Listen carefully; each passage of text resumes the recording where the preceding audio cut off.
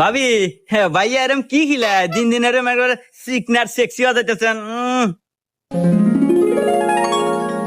কি যে কোয়ান না মাতব্বর সাহেব, সবই তো আপনার কি পেয়া। আচ্ছা মাতবর সাহেব, গ্রামের প্রত্যেকটা মিয়া আপনার প্রতি এত আসক্ত, কাহিনী কি? আরে পাগলা, এগুলা তো গোপন বিষয়, এগুলা তো কাউ বলা লাগে না।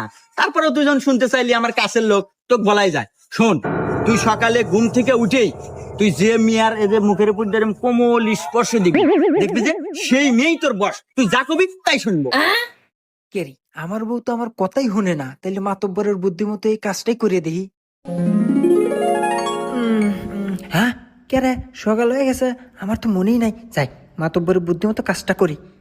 লে লে লে লে লে। মাতবর সাহেব, আজকে এত সকালে আইছেন?